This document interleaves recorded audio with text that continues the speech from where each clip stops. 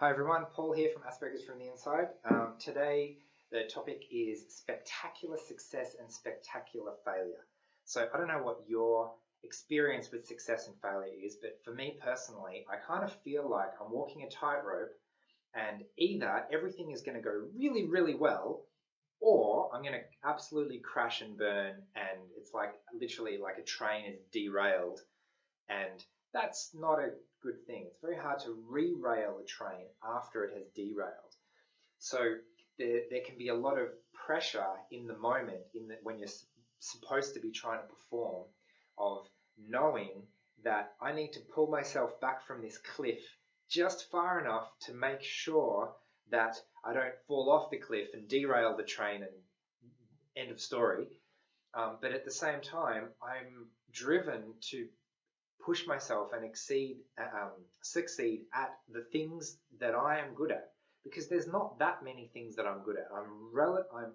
There are a lot of things in this world that I find really difficult to do and I have to put in a lot of effort to do, and there are a small number of things that I do really well and effortlessly, and I just want to show people how well I can do these things because I struggle at the other things, and I want to sort of hold on to these couple of things that I can do well and say, see, look, I can actually do stuff.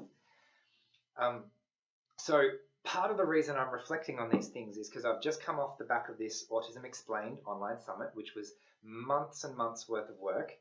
And the whole time, especially towards the pointy end of the delivering this summit to the 10,000 people that signed up nearly, I was really worried that if I burnt out too early, that would be the end of the story and no one else could do this work because I was in the place to do it, and people were relying on me to do a couple of things, and I wasn't allowed to burn out because that would have been bad. So it's all about timing the burnout until I've got this time and the space to actually turn off, recharge, literally turn my brain off, turn off the internet, turn off all distractions for at least a couple of days. In this case, because it was more like a 3 or 4 months project, it took me about 2 weeks of doing almost nothing, and the idea of opening my computer and looking at my emails was overwhelming, just the thought of having to put myself back in that space. So I guess I'm rambling a little bit, and I promised I'd do this video in one take, otherwise I'm not going to do it at all.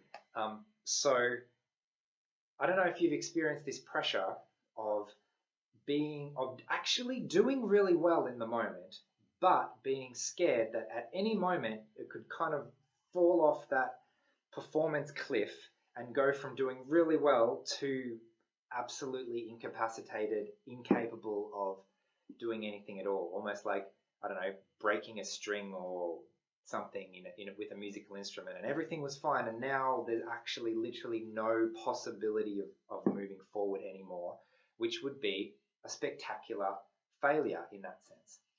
So maybe I'll leave it there. I don't need to keep talking just for the sake of keeping talking, but this is one of the things that I have to push myself really hard to do. Talking to a camera without any prompts is really challenging. And it either goes really well and I know exactly what I'm doing and the flow is there and I just say one thing after another and the ideas actually flow, or it's really challenging and I just stare at the screen for hours. You usually don't see those videos because there's no point uploading a video where I'm not actually saying anything and I can't even bring myself to watch it. So this one, I can probably just post it and then not watch it and then I'll be okay. So anyway, they've been a couple of reflections on spectacular success and spectacular failure.